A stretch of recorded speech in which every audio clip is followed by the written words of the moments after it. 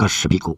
आप सभी का एक बार फिर से आपके अपने स्टडी मेंटर यूट्यूब चैनल पर हार्दिक स्वागत है। आज हम आपके सामने जो 30 जुलाई 2023 को सेकेंड ग्रेड टीचर एग्ज़ाम का जो पेपर कैंसिल हुआ था उसकी एग्ज़ाम होने जा रही है। उस एग्ज़ाम को देखते हुए हमने बहुत ही महत्वपूर्ण एक मॉडल क्वेश्चन पेपर प्रस्तुत किया है। हमें आशा है कि इस क्वेश्चन पेपर से आपको अधिक से अधिक क्वेश्चन देखने को मिलेंगे।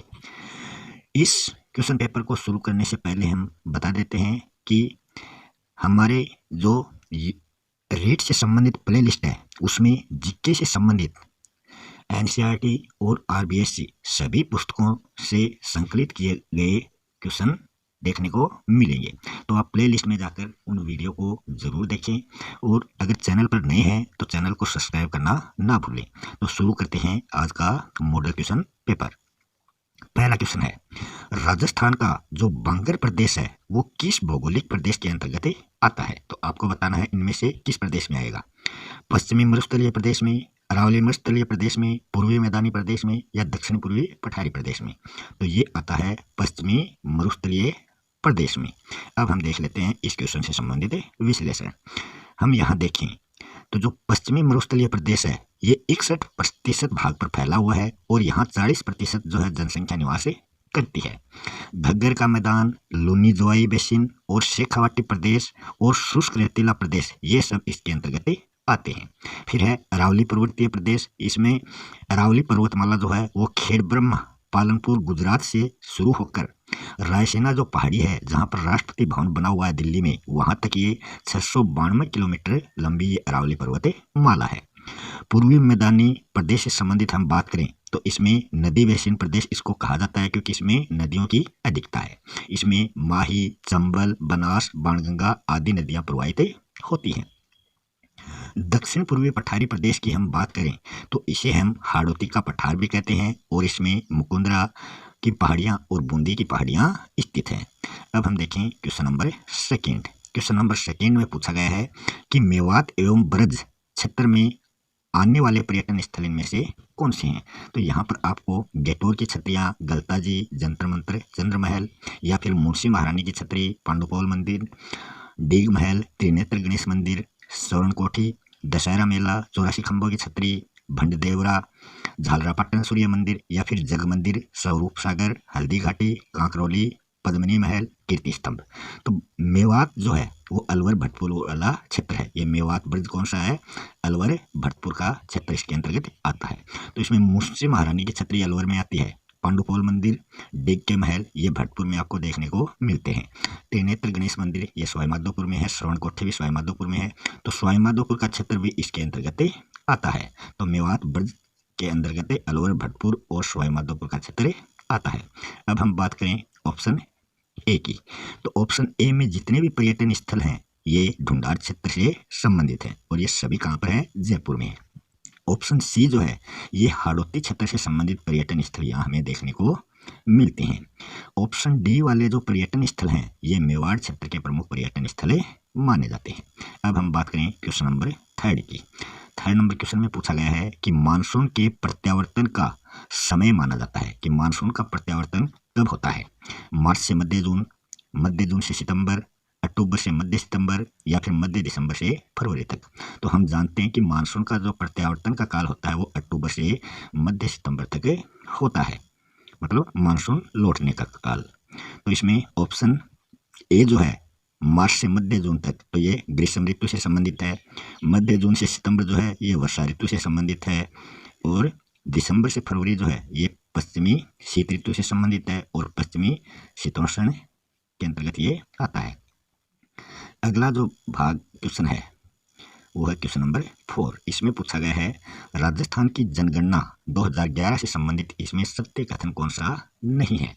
तो यहाँ कौन सा सत्य कथन नहीं है वो आपको बताना है। पहला है सर्वाधिक शहरी जनसंख्या कोटा में और ग्रामीण जनसंख्या डूंगरपुर जिले में निवास करती है। सबसे अधिक की बात हो रही है शहरी और ग्रामीण में। राज्य की लगभग 13.5% जनसंख्या अनुसूचित जनजाति की है। राज्य की वृद्धि दर 21.31% है, जबकि बाड़मेर जिले की 32.5% वृद्धि दर रही है।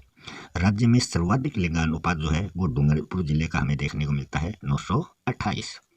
इसमें जो गलत कथन है, मतलब सत्य कथन नहीं है, वो ऑप्शन डी है, क्योंकि 928 जो है वो राजस्थान राज्य का लिंगानुपात है। डूंगरपुर जिले का है 994। 1000 पुरुषों पर 994 महिलाएं, वो लिंगानुपात होता है 1000 पर। ऑप्शन ए जो है इसमें यहाँ हम देखें तो ऑप्शन ए वाला बिल्कुल सही था। ऑप्शन बी में अनुसूचित जनजाति का ये प्रतिशत दिया है और सबसे ज़्यादा अनुसूचित जनजाति कौन सी है, वो है मीणा। ऑप्शन सी में वृद्धि दर दे रखी है, बाड़मेर की सबसे अधिक है, तो सबसे कम कौन से जिले की वृद्धि दर रही, गंगानगर की 10%। सबसे अधिक लिंगानुपात डूंगरपुर का है 994, तो सबसे कम लिंगानुपात की बात करें तो वो है धौलपुर का 846। अब हम बात करें क्वेश्चन नंबर 5 की। लूणी मतलब मीठी खारी नदी, लूणी नदी कह दो या इसको मीठी खारी नदी कह दो, इसका उद्गम स्थल कहाँ से माना जाता है? शिवालिक श्रेणी से, विंध्याचल पर्वत से, गोविंदगढ़ के निकट से, या फिर खमनोर की पहाड़ियों से। तो इसका राइट ऑप्शन हो जाएगा ऑप्शन नंबर सी। ये इस क्वेश्चन का राइट आंसर है। इसमें हम बात करें तो ऑप्शन सी इसका राइट हो जाएगा, गोविंदगढ़ से ये निकलती है। और गोविंदगढ़ में भी जो सरस्वती और सागरमती नाम की जो दो जल धाराएं हैं, उनके मेल से इस लूणी नदी का उद्गम होता है अजमेर की गोविंदगढ़ पहाड़ियों के निकट। और ये अजमेर से बालोतरा तक, बालोतरा बाड़मेर तक तो इसका जल मीठा होता है और बालोतरा के आगे इसका जल खारा हो जाता है। शिवालिक श्रेणी से घग्गर नदी निकलती है। इस नदी को सरस्वती का अवशेष माना जाता है, सरस्वती नदी का अवशेष ये कहलाती है। विंध्याचल पर्वत से चंबल नदी और माही नदी निकलती हैं। और ये विंध्याचल कहाँ पर है, ये मध्य प्रदेश में स्थित पर्वत है। खमनोर की पहाड़ियों से बनास नदी निकलती है, जो पूर्णतः राजस्थान में बहने वाली सबसे लंबी नदी मानी जाती है। अगला क्वेश्चन है, अप्रैल में बुआई एवं जून में कटाई की जाने वाली फसलें कहलाती हैं? रबी की, खरीफ की, जायद की, या फिर व्यापारिक? तो अप्रैल में बुआई जायद फसलों की होती है और जून में इनकी कटाई हो जाती है। इसके ऑप्शनों की अगर हम बात करें, ऑप्शन सी इसका राइट है। और इसके अंतर्गत कौन कौन सी फसलें आती हैं वो हम देख लेते हैं। तो इसके अंतर्गत तरबूज, ककड़ी, खरबूजा आदि फसलें आती हैं। रबी की फसल जो है वो अक्टूबर नवंबर में बोई जाती है और मार्च अप्रैल में काटी जाती है। इसमें गेहूं, चना, सरसों, अलसी, तारामीरा आदि फसलें आती है। खरीफ की फसलें जुलाई अगस्त, जून जुलाई में बोई जाती हैं और अक्टूबर नवंबर में काटी जाती हैं। इसमें बाजरा, ग्वार, चावल, मूंगफली, मोठ आदि फसलें आती हैं। व्यापारिक फसलों की अगर हम बात करें तो इसके अंतर्गत कपास, गन्ना, तिलहन, तंबाकू आते हैं।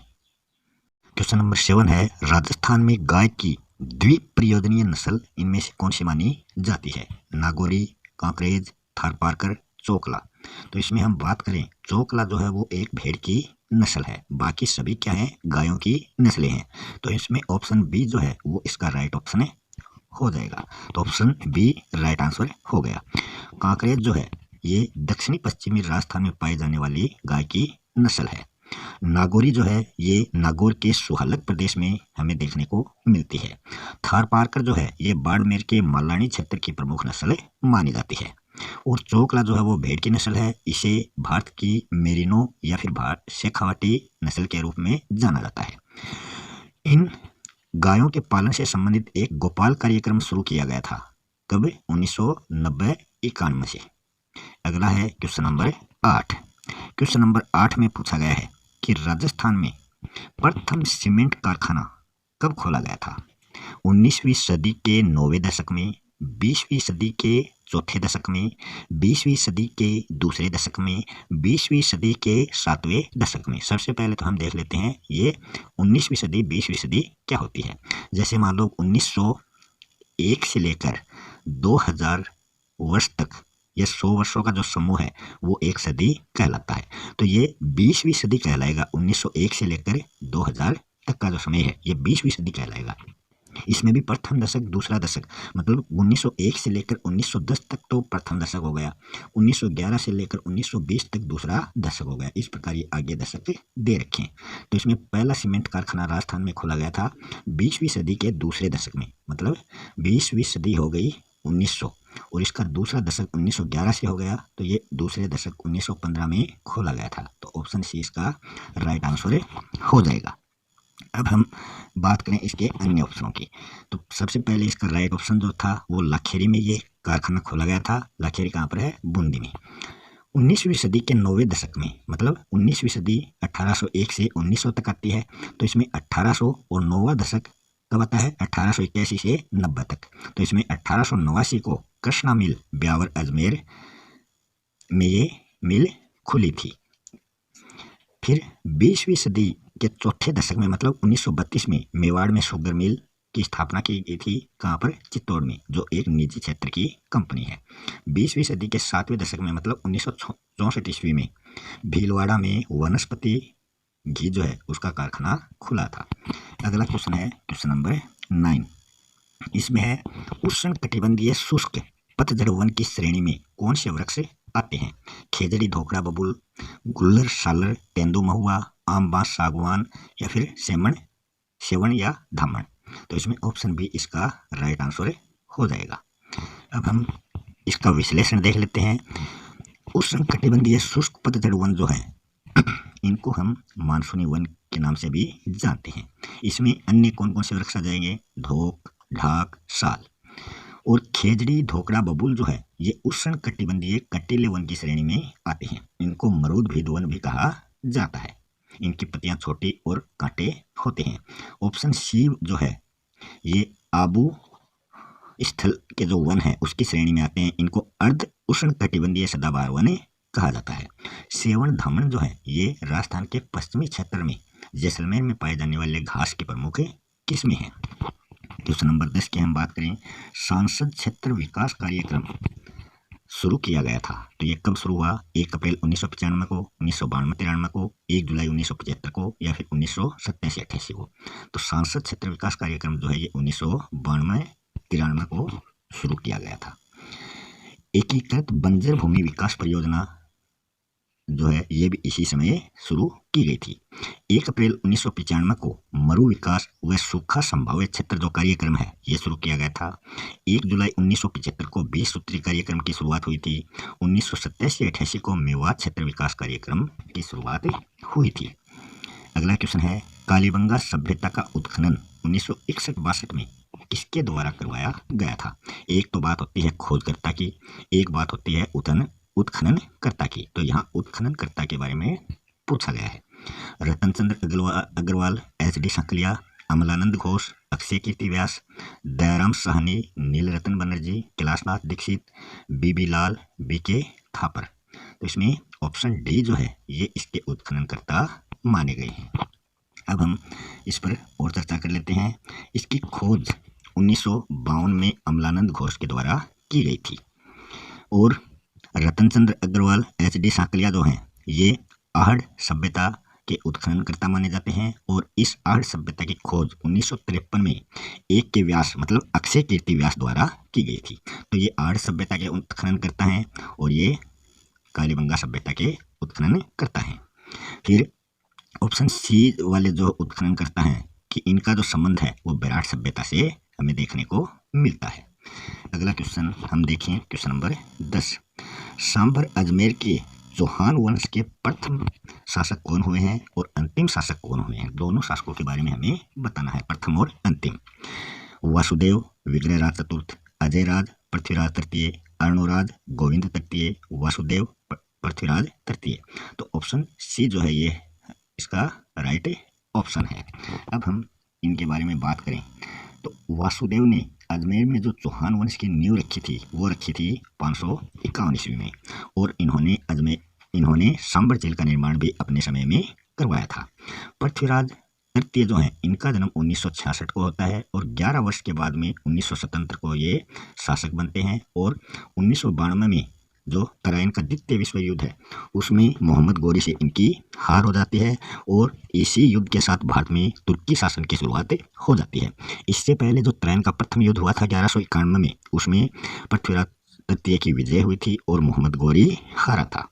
अब हम ऑप्शन ए की बात करें, वासुदेव और विग्रहराज चतुर्थ। तो विग्रहराज चतुर्थ का जो समय है, शासनकाल है, वो 1158 से 1163 ईस्वी तक माना जाता है। इसके काल को सपादलक्ष का श्रवण काल भी माना जाता है और इनको कवि बांधव की उपाधि प्राप्त हुई थी। तोमरों से दिल्ली जीतकर इन्होंने बहुत ही अच्छा काम किया था।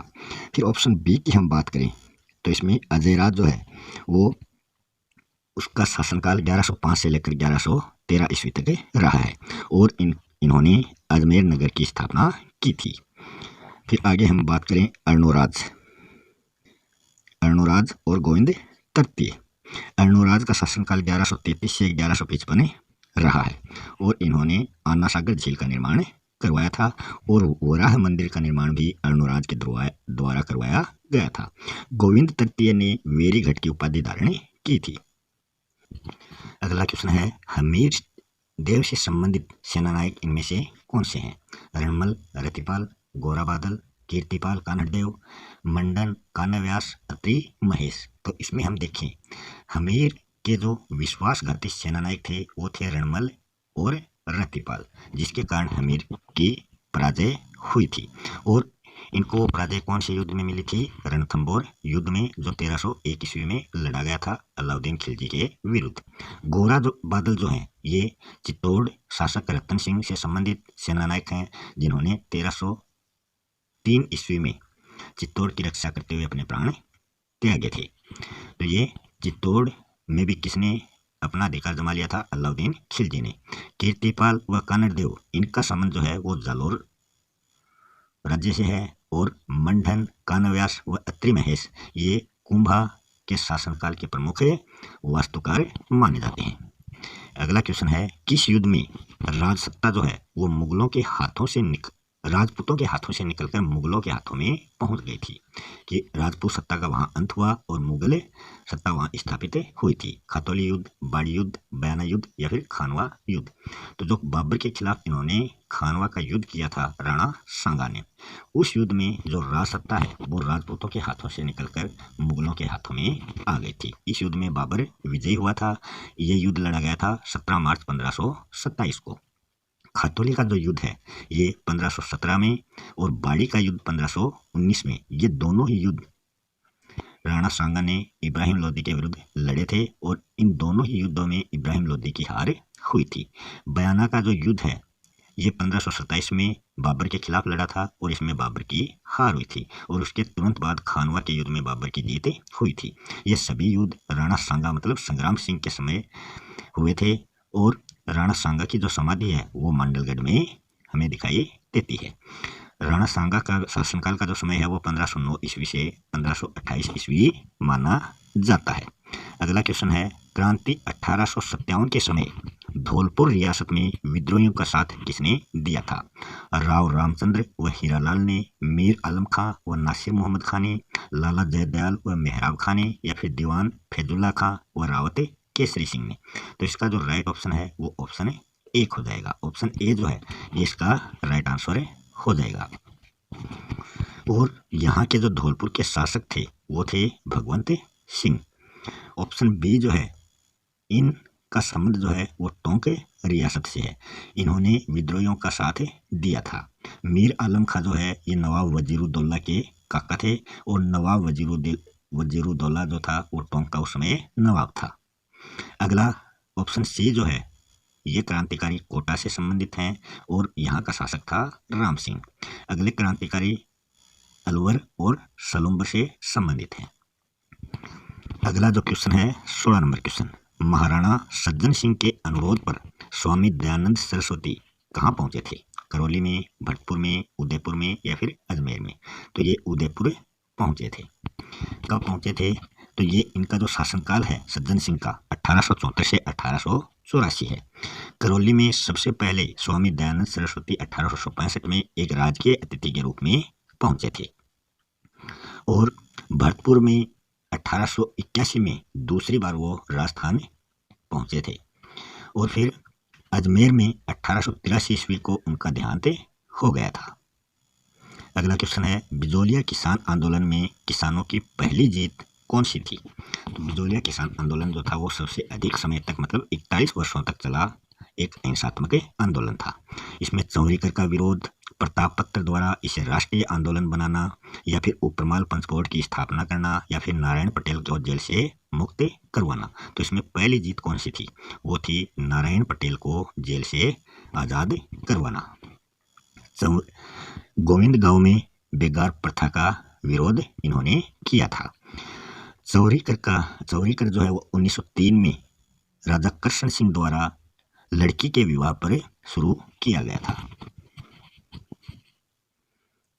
और ऑप्शन बी जो है, इस प्रताप समाचार पत्र के संपादक गणेश शंकर विद्यार्थी माने जाते हैं। ऑप्शन सी जो है, ये 1917 को हरियाली अमावस्या के दिन इस विजय सिंह पथिक ने इसकी स्थापना की थी। अगला क्वेश्चन है, भरतपुर प्रजा परिषद का जो दूसरा अधिवेशन हुआ था वो कहाँ पर हुआ था? रेवाड़ी, बयाना, मांगरोल, जोधपुर। तो ये अधिवेशन मांगरोल में हुआ था। ऑप्शन सी इसका राइट आंसर हो जाएगा। कब हुआ था ये? 23 मई 1955 को हुआ था। रेवाड़ी में क्या हुआ था? 1938 ईस्वी को भरतपुर प्रजामंडल की स्थापना हुई थी। बयाना में क्या हुआ था? बयाना इसका राइट आंसर था। भरतपुर प्रजा परिषद का दूसरा अधिवेशन बयाना में हुआ था। मांगरोल तो क्या था? मांगरोल कोटा में इसका पहला अधिवेशन हुआ था। और जोधपुर जो है, इसमें 1945 ईस्वी को जैसलमेर प्रजामंडल की स्थापना थी, वो जोधपुर में की गई थी। तो इसका राइट ऑप्शन बी हो जाएगा। अगला क्वेश्चन है, निम्नलिखित कथनों में से सत्य कथन कौन सा नहीं है, वो आपको बताना है। इसमें ऑप्शन ए है, सिरोही राज्य को मोतीलाल तेजावत द्वारा आदिवासियों का दूसरा केंद्र बनाया गया था। गोविंद गिरी ने कोटाबंदी अखाड़े के साधु राजगिरी को अपना गुरु बनाया था। तेजावत को दोबारा ईडर राज्य की पुलिस द्वारा झाड़ोल से गिरफ्तार किया गया था।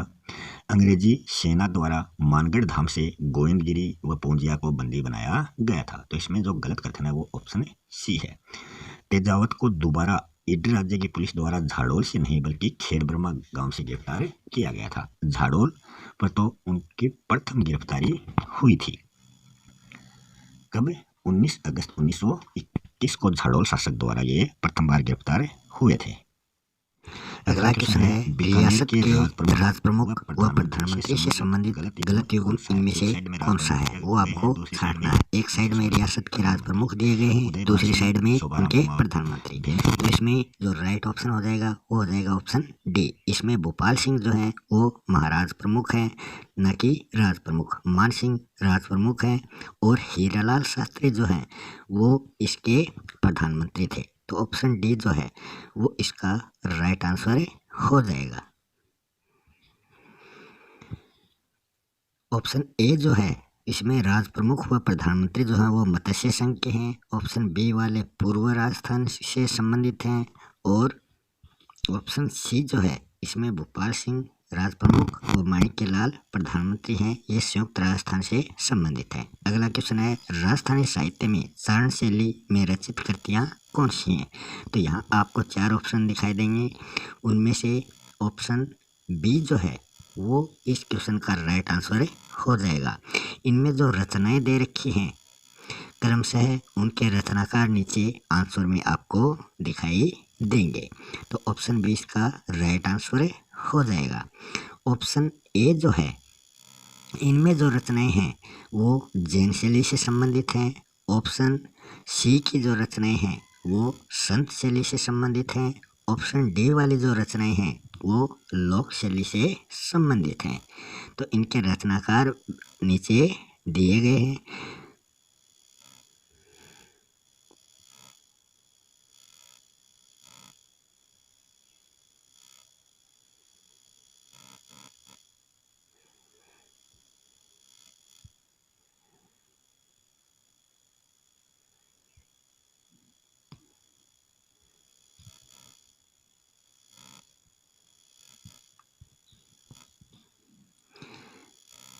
अगला क्वेश्चन है, भारतीय चित्रकला की मोनालिसा के रूप में प्रसिद्ध बनी ठनी का संबंध किससे है? तो आपने देखा होगा बनी ठनी को भारतीय मोनालिसा कहा जाता है और ये किशनगढ़ स्कूल से संबंधित है। यहाँ के जो शासक हैं उनका नाम नागरीदास या फिर उनको सावंत सिंह भी कहते हैं। और इस शैली के जो चित्रकार हैं वो हैं मोरध्वज निहाल चंद। और मेवाड़ शैली जो है ये अमर सिंह के काल में पल्लवित हुई थी और इसकी विशेषता है गरुड़ नासिका। और इसके कला जो चित्रकार हैं वो नोहर कृपाराम जगन्नाथ साहिबदीन। और ऑप्शन बी मारवाड़ शैली जो है वो राव मालदेव के समय पल्लवित हुई थी और इस शैली की प्रमुख विशेषता है बादामी आँखें। और इसके जो कलाकार हैं वो हैं मारवाड़ शैली के कलाकार वीर जी, अमरदास भाटी, नारायण दास, छज्जू भाटी, कालूराम। ऑप्शन डी जो है बूंदी शैली ये राव उमेद सिंह के काल में पल्लवित हुई थी और इसके जो कलाकार हैं वो है सुरजन अहमद अली। तो इस प्रकार ये चित्र शैलियों से संबंधित ये क्वेश्चन यहाँ दिया गया है।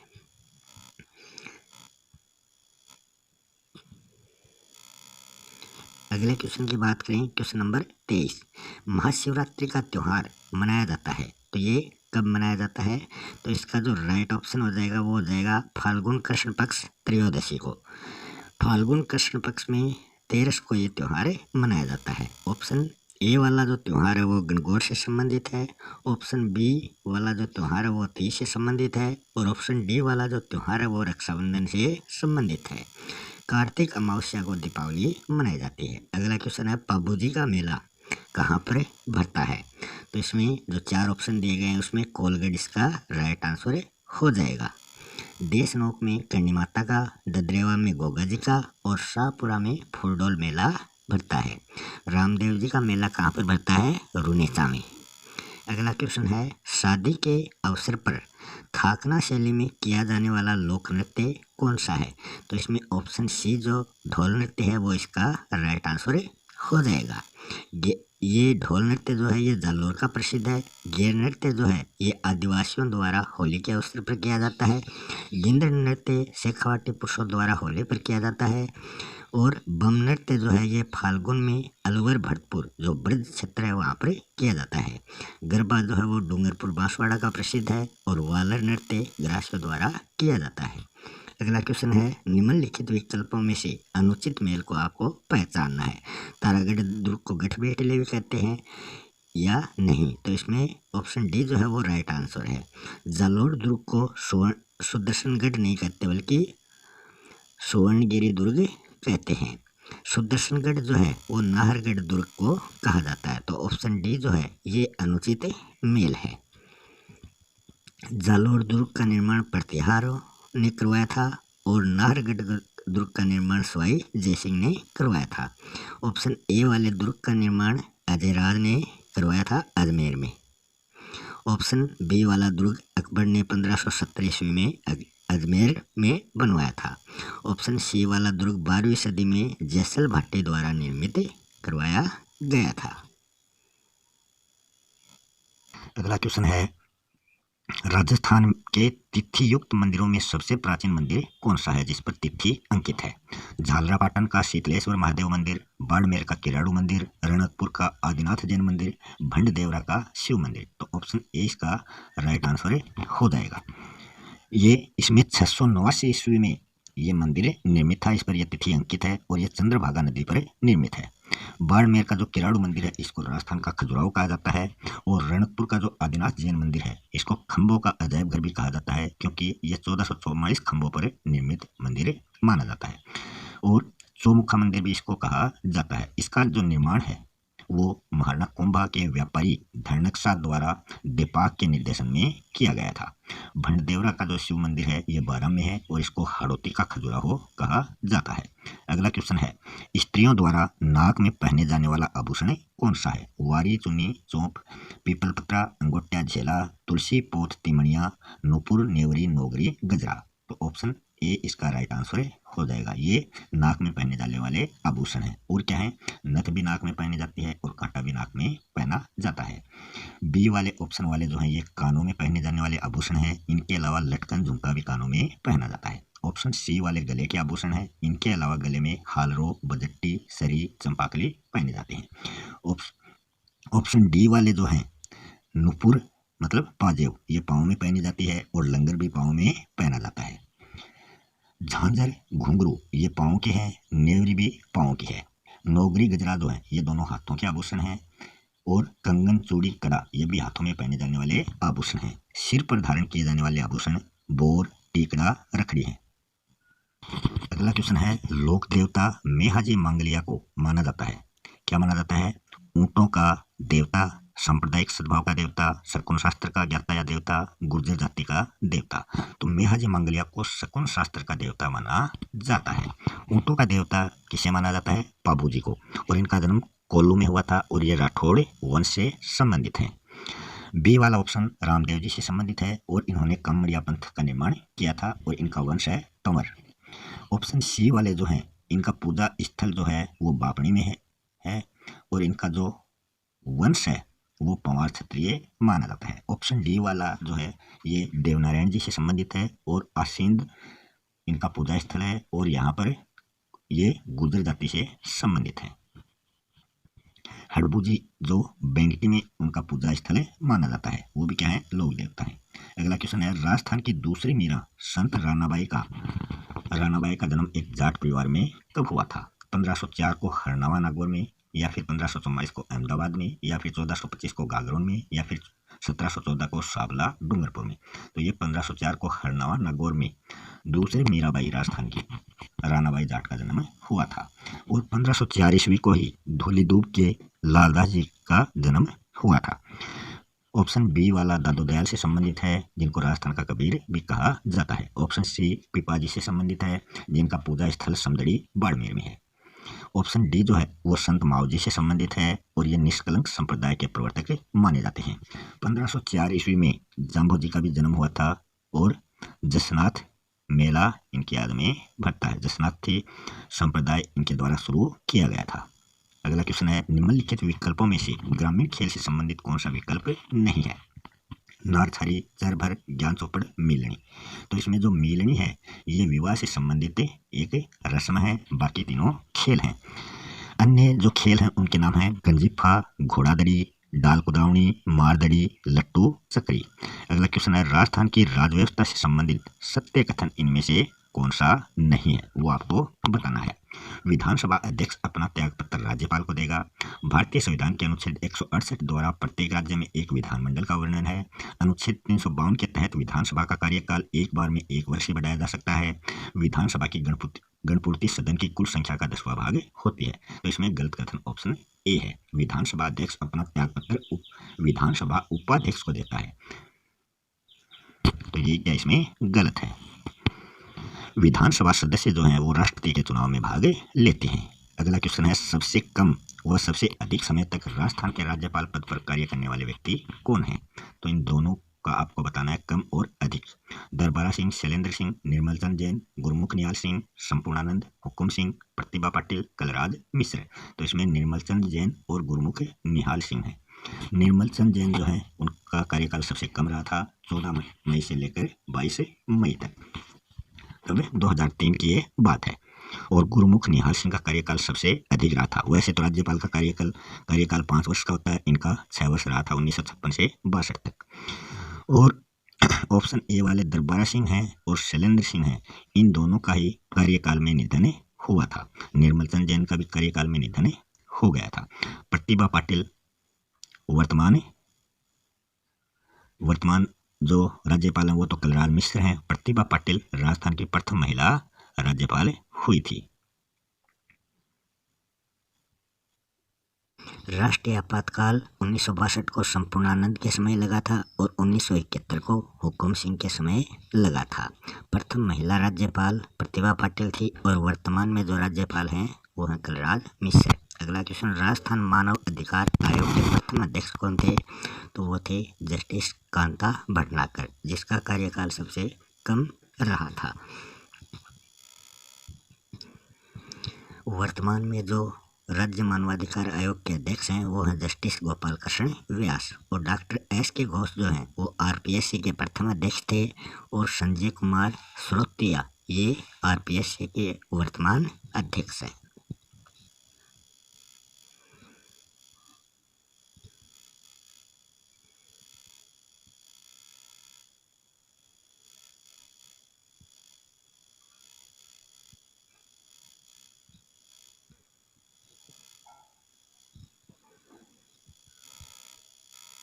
अगला क्वेश्चन है, निम्नलिखित कथनों में 73वें संविधान संशोधन अधिनियम की असत्य बात इनमें से कौन सी है? तो यहाँ 4 ऑप्शन दिए गए हैं। तो ऑप्शन बी जो है वो इससे संबंधित असत्य कथन है, क्योंकि इसमें अनुसूचित जाति, अनुसूचित जनजाति को उनकी जनसंख्या के अनुपात में आरक्षण दिया गया है।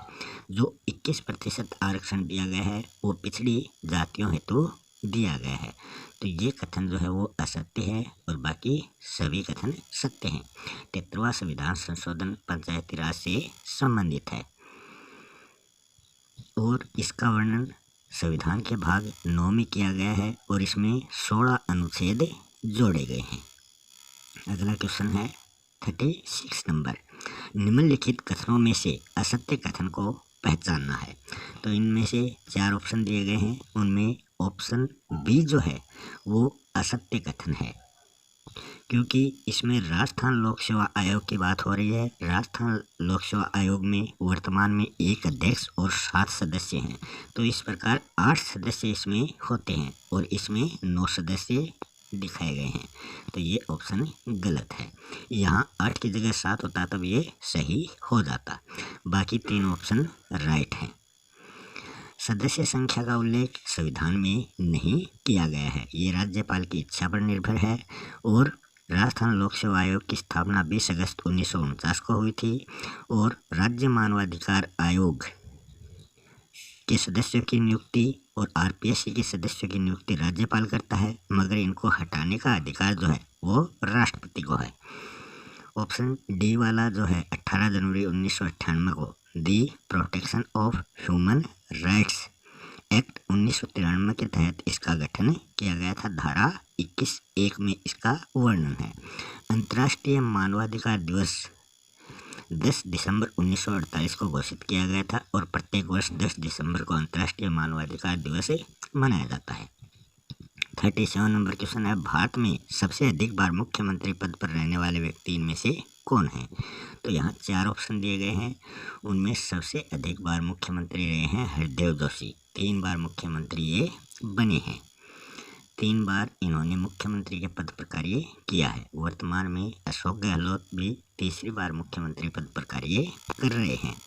इन्होंने 8वें मुख्यमंत्री, 13वें मुख्यमंत्री और 15वें मुख्यमंत्री के रूप में कार्य किया था। और मोहनलाल सुखाड़िया जो है वो सबसे अधिक समय तक मतलब 17 वर्षों तक मुख्यमंत्री पद पर कार्य किया था और वो 6वें मुख्यमंत्री थे। टीकाराम पालीवाल प्रथम निर्वाचित मुख्यमंत्री थे और ये राजस्थान के 4थे मुख्यमंत्री के रूप में इन्होंने कार्य किया था।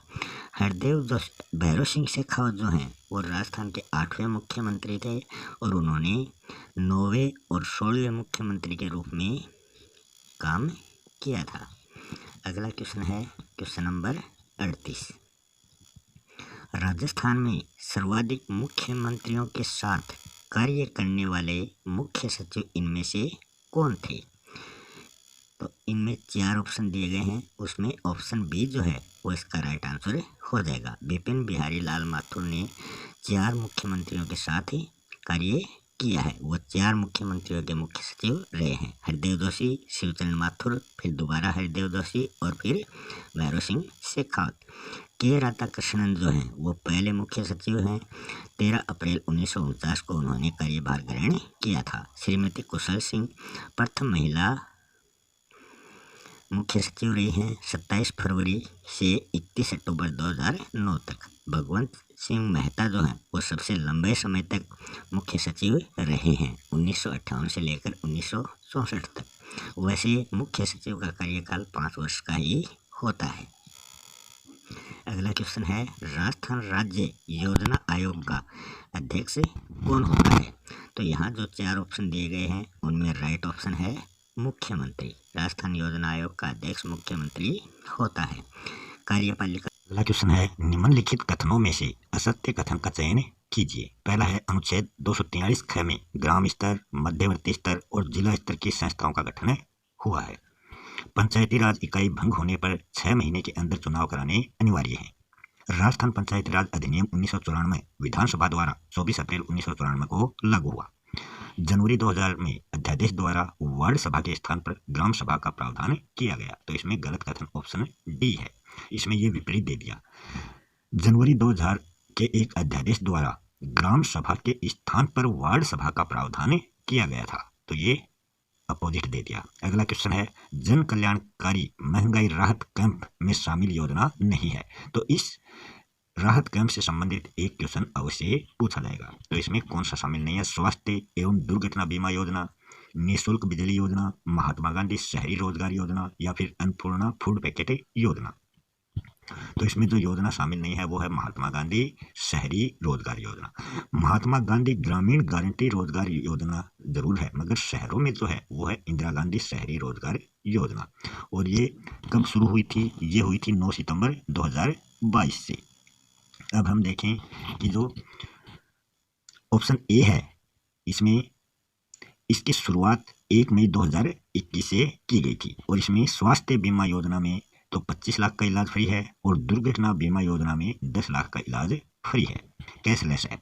ऑप्शन बी जो है ये घरेलू और कृषि बिजली विद्युत से संबंधित है। घरेलू तो प्रतिमाह 100 यूनिट फ्री है और कृषि विद्युत वाली जो है उसमें प्रतिमाह 2000 यूनिट फ्री की गई है। ऑप्शन डी में अन्नपूर्णा फूड पैकेट में क्या कहेंगे? दाल, चीनी, नमक तीनों 1-1 किलो, मिर्च व धनिया पाउडर दोनों 100 ग्राम और हल्दी पाउडर 50 ग्राम और इसके साथ एक खाद्य तेल आएगा 1 लीटर। तो इसमें 10 योजनाएं महंगाई राहत कैंप में शामिल की गई थी और ये कैंप कब से शुरू हुआ था? 24 अप्रैल 2023 को। मुख्यमंत्री ने कहाँ से शुरुआत की थी? महापुरा पंचायत समिति जो सांगानेर जयपुर में है वहाँ से इसकी शुरुआत हुई और 30 जून 2023 तक ये कैंप लगा था। अगला जो क्वेश्चन है वो है, हाल ही में 14 अप्रैल 2023 को डॉक्टर भीमराव अंबेडकर की कौन सी जयंती मनाई गई थी? तो 14 अप्रैल जो है ये इस दिन भीमराव अंबेडकर का जन्म हुआ था, जो संविधान निर्माता थे और प्रारूप समिति के अध्यक्ष थे। तो इनकी 132वीं जयंती मनाई गई है। इसका मतलब इनका जन्म 1891 में हुआ था। 565वीं जो जयंती वो स्थापना दिवस जो है ये जोधपुर का मनाया गया है 12 मई को। तो 565वां स्थापना दिवस जोधपुर का 12 मई को मनाया गया था। 483 क्या है? ये 22 मई को महाराणा प्रताप की 483वीं जयंती मनाई गई थी। तो महाराणा प्रताप की 483वीं जयंती मतलब 1540 को इनका जन्म हुआ था और 1597 में इनका देहांत हुआ था। ऑप्शन डी 290 क्या है? 13 फरवरी को भरतपुर राज्य का स्थापना दिवस आता है। भरतपुर जो जिला है उसका स्थापना दिवस मनाया गया था 290वां 13 फरवरी को। इसकी भरतपुर की स्थापना किसने की थी? सूरजमल द्वारा इसकी स्थापना की गई थी। और ये कब हुआ? ये सूरजमल की 316वीं जयंती पर ये इस समय मनाई गई थी 13 फरवरी को। अगला क्वेश्चन है, राजीव गांधी ओलंपिक ग्रामीण और शहरी जो दोनों जगह खेल होते हैं उसमें इस 2023 के सत्र में शहरी प्रतियोगिता में शामिल कौन सी नहीं है? तो ये राजीव गांधी ग्रामीण और शहरी जो ओलंपिक खेल होंगे इनमें 7-7 प्रतियोगिताएं आयोजित की जाएंगी। तो इनमें 5-5 प्रतियोगिता तो दोनों में एक जैसी हैं और 2-2 प्रतियोगिताएं दोनों में अलग अलग हैं। तो इसमें शूटिंग बॉल, बास्केटबॉल, एथलेटिक्स और खो खो। तो खो खो जो है वो दोनों में शामिल है। बास्केटबॉल, एथलेटिक्स ये केवल शहर में ही शामिल है। शूटिंग बॉल जो है ये ग्रामीण खेल प्रतियोगिता में शामिल है। और इनके अलावा कौन कौन सी हैं? रस्साकशी भी ग्रामीण से संबंधित है और 5 खेल, एक तो खो खो हो गए जो सेम है, kabaddi, tennis ball, cricket, volleyball और फुटबॉल ये सभी में सेम हो गए। अगला क्वेश्चन है राजस्थान सरकार द्वारा प्रथम हस्तशिल्प नीति कब जारी की गई थी? 13 सितंबर 2019, 17 सितंबर 2022, 13 नवंबर 2022, 26 मार्च 2021। तो ये 17 सितंबर 2021 को ये नीति जारी की गई थी। तो ऑप्शन 20 का राइट आंसर हो जाएगा। और ये कब तक प्रभावी रहेगी? 31 मार्च 2026 तक इसका कार्यकाल है। ऑप्शन ए जो है ये जन सूचना पोर्टल के शुभारंभ से संबंधित है। ऑप्शन सी जो है Rajiv Gandhi fintech digital institute जो जोधपुर में है उसकी स्थापना से संबंधित है। और ऑप्शन डी जो है ये सुरक्षा सखी योजना से संबंधित है जो महिलाओं व बच्चियों की सुरक्षा हेतु शुरू की गई है। अगला जो क्वेश्चन है 45 नंबर, हाल ही में पश्चिमी राजस्थान उद्योग हस्तशिल्प उत्सव जो जोधपुर में आयोजित हुआ था वो कौन सा था क्रम से? 33वां, 29वां, 18वां, 83वां। तो ये ऑप्शन ए इसका राइट आंसर हो जाएगा। 33वां हस्तशिल्प उत्सव आयोजित किया गया था 6 से लेकर 15 जनवरी तक। ऑप्शन बी जो 29 है ये अंतर्राष्ट्रीय ऊंट महोत्सव का क्रम है 29वां जो बीकानेर में आयोजित किया गया था 13 से 15 जनवरी तक।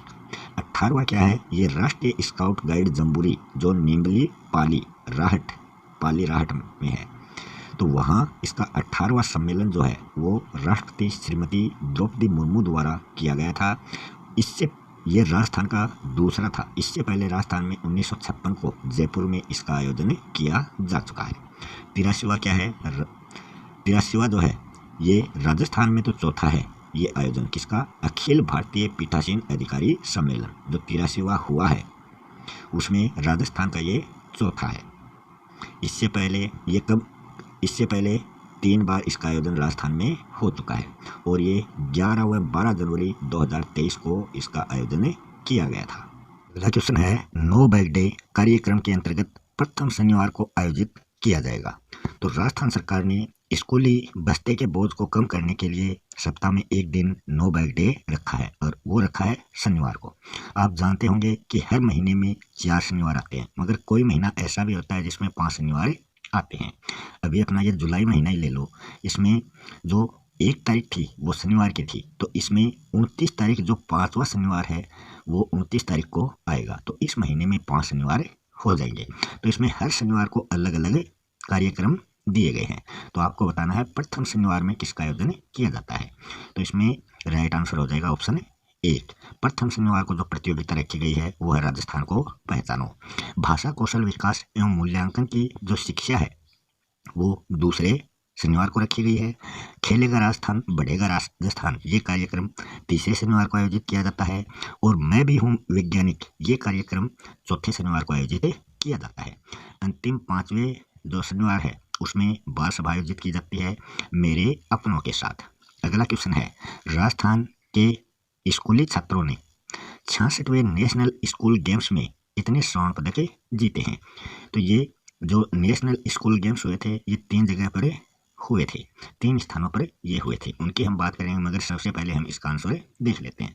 तो जो राजस्थान के स्कूली विद्यार्थी हैं उन्होंने 8 स्वर्ण पदक जीते थे और 9 रजत और 15 कांस्य पदक जीते थे।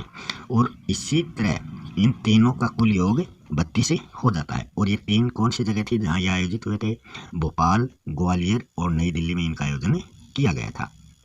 अगला क्वेश्चन है, हाल ही में G20 शेरपा बैठक का आयोजन कहाँ पर हुआ था। तो इसकी बात करें तो ये उदयपुर में हुआ था। ऑप्शन 20 का राइट आंसर हो जाएगा। ऑप्शन ए जो है जयपुर में क्या हुआ था, 7-8 अक्टूबर 2022 को इन्वेस्ट राजस्थान समिट का आयोजन किया गया था। जोधपुर में क्या हुआ था, राज्य सुदूर संवेदन अनुप्रयोग केंद्र का उद्घाटन जोधपुर में किया गया था। भरतपुर में क्या हुआ था, राष्ट्रीय विज्ञान दिवस मनाया गया था 28 फरवरी 2022 को। अगला क्वेश्चन है, ई नाम पोर्टल जो 1 जनवरी 2022 से कार्यरत है इसका संबंध किससे है। तो ये जो ई नाम पोर्टल है ये कृषि से संबंधित है, तो ये कृषक उपहार योजना से इसका संबंध हो जाएगा। राजस्थान जल क्षेत्र आजीविका सुधार परियोजना से कौन सा संबंधित है, तो ये संबंधित इसको जो वित्तीय सहायता मिलती है इस परियोजना को वो जापान इंटरनेशनल कॉरपोरेशन एजेंसी मतलब जायका इसकी वो है फुल फॉर्म है जापान इंटरनेशनल कॉरपोरेशन एजेंसी, यहाँ से ये वित्त पोषित होता है। सी ऑप्शन है, सौर ऊर्जा आधारित पंप योजना, ये PM कुसुम योजना भी इसको कहा जाता है। PM का अर्थ है प्रधानमंत्री, KU का अर्थ है किसान ऊर्जा, SU का अर्थ है सुरक्षा एवं उत्थान और M का अर्थ है महाअभियान, जो 2019-20 के सत्र में शुरू की गई थी। ऑप्शन डी है अटल भूजल योजना, तो इसमें जो वित्त पोषित है 50% केंद्र सरकार का और 50% विश्व बैंक इसमें सहयोग दे रहा है। अगला क्वेश्चन है, राजस्थान के उद्योग क्षेत्र में 2022-23 के लिए स्थिर मूल्यों पर कितनी वृद्धि हुई थी। तो इसमें 6.32% इनमें वृद्धि हुई थी। ऑप्शन 20 का राइट हो जाएगा। राज्य सूक्ष्म लघु एवं मध्यम उद्यम नीति जो है ये 17 सितंबर 2022 को जारी की गई थी। ऑप्शन ए जो है ये किससे संबंधित है, 41.26%, ये विनिर्माण क्षेत्र का योगदान 2022-23 में रहा है। ऑप्शन सी 43.74% जो है ये सेवा क्षेत्र में बुनियादी मूल्य जैसे व्यापार, होटल जलपान ग्रह, इनका ये प्रतिशत रहा है। ऑप्शन डी है 46.41%। तो ये कृषि एवं संबंध क्षेत्र में पशुधन का योगदान माना जाता है।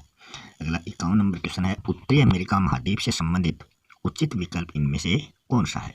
तो यहाँ ऑप्शन सी में सुपीरियर झील, ग्रांड कैनियन और रॉकी पर्वत, इन सभी का संबंध उत्तरी अमेरिका महाद्वीप से है। फिर सुपीरियर झील जो है ये ताजे पानी की सबसे बड़ी झील मानी जाती है, और ग्रांड कैनियन जो है ये विश्व का सबसे गहरा गर्त माना जाता है। ऑप्शन ए की बात करें, माउंट एवरेस्ट, मर्त सागर, तिब्बत का पठार, ये एशिया महाद्वीप से संबंधित हैं। सहारा मरुस्थल, नील नदी, विक्टोरिया, ये जो है ये अफ्रीका महाद्वीप से संबंधित हैं। Great barrier reef, Murray Darling, Kalgoorlie, ये ऑस्ट्रेलिया महाद्वीप से संबंधित है। अब हम ये और देख लेते हैं, ग्रेट बैरियर रीफ जो है ये विश्व की सबसे लंबी मूंगा निर्मित दीवार है। मरे डार्लिंग जो है ये ऑस्ट्रेलिया महाद्वीप की नदियाँ हैं। कालबुर्गी और कुलगार्डी ये ऑस्ट्रेलिया महाद्वीप में सोने की खानी है। बी वाले ऑप्शन में सहारा मरुस्थल जो है ये विश्व का सबसे बड़ा मरुस्थल है जो अफ्रीका महाद्वीप में स्थित है। नील नदी ताजे पानी की दूसरी सबसे बड़ी नदी है। नील नदी अफ्रीका महाद्वीप की सबसे बड़ी नदी है, और विक्टोरिया झील जो है ये ताजे पानी की दूसरी सबसे बड़ी झील है जो अफ्रीका महाद्वीप में स्थित है। माउंट एवरेस्ट सर्वोच्च पर्वत शिखर है जिसकी ऊंचाई 8,848 मीटर है। मर्त सागर विश्व का सबसे नीचा स्थल है, और तिब्बत का पठार विश्व का सबसे सर्वोच्च पर्वत मतलब पठार माना जाता है। 52 नंबर क्वेश्चन है, पर्यावरण संतुलन को बनाए रखने के लिए प्रथम पृथ्वी सम्मेलन का आयोजन कहाँ किया गया था? तो इसका आयोजन ब्राजील के रियो डी जेनेरियो शहर में किया गया था। ये 3 जून से 14 जून 1992 को आयोजित किया गया था, और इसमें 178 देशों ने भाग लिया था। जापान के क्योटो में ग्रीन हाउस सम्मेलन हुआ था 1 दिसंबर से 11 दिसंबर 1997 को, और इसमें भारत सहित 159 देश शामिल हुए थे। फिर है स्वीडन के स्टॉकहोम में 5 जून 1972 को एक सम्मेलन हुआ था जिसमें 25 सूत्री मांगे रखी गई थी पर्यावरण संरक्षण के लिए। स्विट्जरलैंड के जिनेवा शहर में प्रथम विश्व जलवायु सम्मेलन का आयोजन हुआ था। अगला क्वेश्चन है, वैश्वीकरण या भूमंडलीकरण जो है इसके द्वारा नकारात्मक प्रभाव किस पर पड़ा है? तो इसमें 3 सकारात्मक प्रभाव मतलब वृद्धि हुई है, और एक में नकारात्मक प्रभाव पड़ा है उत्पादकों व श्रमिकों पर। इन दोनों पर यह समान नहीं है। वैश्वीकरण और भूमंडलीकरण की नीति जो है यह भारत में 1991 से शुरू हुई थी, और इससे धनी वर्ग को लाभ पहुंचा है। महासागरों से संबंधित सत्य कथन इनमें से कौन सा नहीं है वो आपको बताना है। तो इसमें हम देखें, महाद्वीपीय निमग्न तट का निर्माण जो है वो सागरीय निक्षेपों के अभाव से होता है, तो ये अभाव इसमें नहीं होता। सागरीय निक्षेपों के भाव से होता है, तब होता तो ये सही हो जाता। यही क्या है, गलत है। तो ये महाद्वीपीय ढाल का इनमें क्या होता है, अभाव होता है। महाद्वीपीय ढाल पर इनका अभाव हमें देखने को मिलता है। ऑप्शन बी जो है, महासागरों में औसत समुद्री लवणता 35 प्रति हजार होती है। तो 1 किलो अगर समुद्री नमक है, समुद्री जल है, तो उसमें 35 ग्राम लवण की मात्रा पाई जाती है। उच्चतम लवणता जो है वो 20 डिग्री से 40 डिग्री उत्तरी अक्षांशों में और 10 डिग्री से 30 डिग्री दक्षिणी अक्षांशों में ये पाई जाती है, और नीचे के दोनों ऑप्शन बिल्कुल राइट है। अगला क्वेश्चन है, अश्व अक्षांश पेटी के रूप में किसे पहचाना जाता है? तो यहाँ ऑप्शन सी जो है, उपोष्ण कटिबंधीय उच्च वायुदाब पेटी को अश्व अक्षांश पेटी के रूप में भी जाना जाता है, और ये उत्तरी और दक्षिणी गोलार्धों में मतलब भूमध्य रेखा के दोनों ओर 30 डिग्री से 35 डिग्री अक्षांशों के मध्य में ये पेटी स्थित है। इस पेटी की मुख्य विशेषता यह है कि इसमें जो आकाश है वो साफ स्वच्छ रहता है। विश्वतीय निम्न वायुदाब पेटी है, ये भूमध्य रेखा के दोनों ओर 0 डिग्री से 5 डिग्री के मध्य स्थित होती है। इनको डोल्ड्रम के नाम से भी जाना जाता है। इनमें निम्न वायुदाब एवं शांत वायुमंडलीय दशाएं हमें देखने को मिलती हैं। ध्रुवीय उच्च वायुदाब पेटी जो है ये उत्तरी और दक्षिणी दोनों ध्रुवों पर पाई जाती है, और इसकी विशेषता यहाँ निम्न ताप और उच्च दाब होता है। उपध्रुवीय निम्न वायुदाब पेटी, तो ये दोनों अक्षांशों में 60 डिग्री से 70 डिग्री के मध्य पाई जाती है और इसमें जो घूर्णन गति के कारण यहाँ कम ताप और कम ताप होगा वहाँ दाब अधिक होता है, ये हम देखते हैं, मगर यहाँ ताप भी कम है और दाब भी कम है। तो ये दोनों बातें इसमें विशेष हैं। और इसमें ऑप्शन ए और बी मतलब विषुवतीय निम्न वायुदाब पेटी और ध्रुवीय उच्च वायुदाब पेटी दोनों तापजन्य पेटी हैं और उपोष्ण कटिबंधीय और उपध्रुवीय निम्न वायुदाब ये दोनों गतिजन्य पेटियां हैं। अगला क्वेश्चन है, जब आप्रवास एवं उत्प्रवास के अंतर को प्राकृतिक वृद्धि में जोड़ा जाता है तब किसका अनुमान लगाया जाता है? तब लगाया जाता है जनसंख्या वृद्धि का अनुमान। ऑप्शन सी इसका राइट हो जाएगा। जनसंख्या वृद्धि को हम किस प्रकार निकालेंगे? जब वर्तमान दशक की जनसंख्या मतलब 2011 का दशक की जनसंख्या को इस जनसंख्या से 2011 की मतलब पिछले दशक की जो जनसंख्या है उसको हमें घटाना है और फिर घटाकर उसको 100 से गुणा करना है और फिर उसमें भाग देना है पिछले दशक की जनसंख्या क्या, मतलब इन दोनों में से घटाकर इसका भाग देना है और इसको 100 से गुणा करना है। जनसंख्या घनत्व क्या होता है कि क्षेत्रफल पर रहने वाले लोगों का समूह है। इसको कैसे निकालेंगे? कुल जनसंख्या में कुल क्षेत्रफल का भाग देंगे तो जनसंख्या घनत्व निकल जाएगा। कायिक घनत्व किस प्रकार निकालते हैं? कुल जनसंख्या में कुल कृषि योग्य क्षेत्र का भाग दिया जाता है तो कायिक घनत्व निकल आता है। जन्म, मृत्यु, प्रवास ये जनसंख्या वृद्धि के तीनों कारक माने जाते हैं। एक स्थान से किसी व्यक्ति के जाने को तो उत्प्रवास कहा जाता है और उस स्थान पर किसी स्थान पर व्यक्ति को आने को आप्रवास कहा जाता है। अगला क्वेश्चन है, इस क्वेश्चन में पूछा गया है भारत के भौतिक स्वरूप से संबंधित असत्य कथन इनमें से कौन सा है? तो इसमें जो कथन ऑप्शन सी है ये असत्य है। भाबर प्रदेश के अंतर्गत भूमिगत जल जो है वो पुनः धरातल पर प्रकट नहीं होता बल्कि ये भूमिगत होकर चलता है। पुनः धरातल पर ये तराई प्रदेश में प्रकट होता है, यही इसमें गलत दिया गया है। बाकी तीनों ऑप्शन सही है। उत्तरी भारत की जो सर्वोच्च चोटी है वो कंचनजंगा है जिसकी ऊंचाई 8,585 मीटर है। अगला क्वेश्चन है, कर्नाटक दक्षिण भारत में मालाबार तट पर ग्रीष्म ऋतु में होने वाली वर्षा को क्या कहा जाएगा? तो ये कर्नाटक की बात हो रही है तो यहाँ इसको आम्र वर्षा कहा जाता है। ऑप्शन डी इसका राइट हो जाएगा। पश्चिमी विक्षोभ जो है ये भूमध्य सागरीय चक्रवात से होने वाली वर्षा है जो शीत ऋतु में होती है। और फूलों की बौछार जो है ये कहवा फसल के लिए लाभदायक है। और काल बैसाखी जो है ये पश्चिमी बंगाल में आने वाले भयंकर आंधी तूफान को कहा जाता है। पश्चिमी विक्षोभ को हम माउट भी कहते हैं कि इस समय जो वर्षा होती है उसको माउट कहते हैं जो गेहूं की फसल के लिए लाभदायक है। अगला क्वेश्चन है, प्रायद्वीपीय भारत की सबसे लंबी नदी जो पूर्व दिशा की ओर बहती है वो कौन सी है? तो वो नदी है गोदावरी। ऑप्शन ए इसका राइट आंसर हो जाएगा।